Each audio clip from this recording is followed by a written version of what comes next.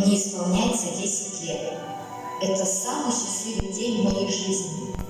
Не потому, что придут гости и на столе будут стоять пироги. Сегодня исполнилась моя мечта. Мои мама и папа подарили мне куклу. Я назвала ее Машей.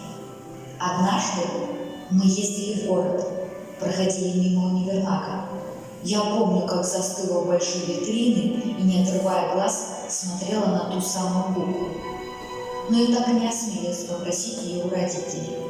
Я понимала, что мои родители не могут позволить потратиться на игрушку. Ведь жили мы скромно, мои родители – учителя.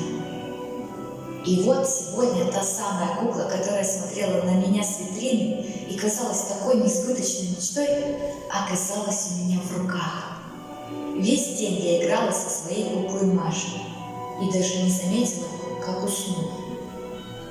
Я и представить не могла, что в тот самый момент моя жизнь разделилась на до и после. 22 июня 1941 года в 4 утра фашистская Германия напала на Советский Союз.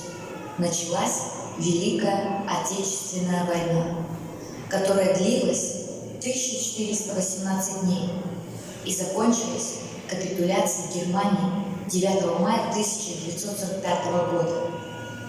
Я проснулась абсолютно взрослым человеком, ведь теперь мне предстояло сделать осознанный выбор и одеть уже не любимое платье, а военную форму.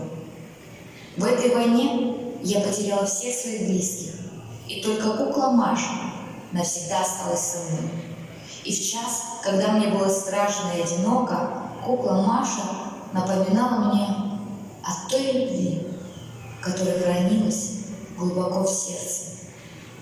И таких детей, как я, которые по своей воле пошли защищать Родину, были сотни тысяч.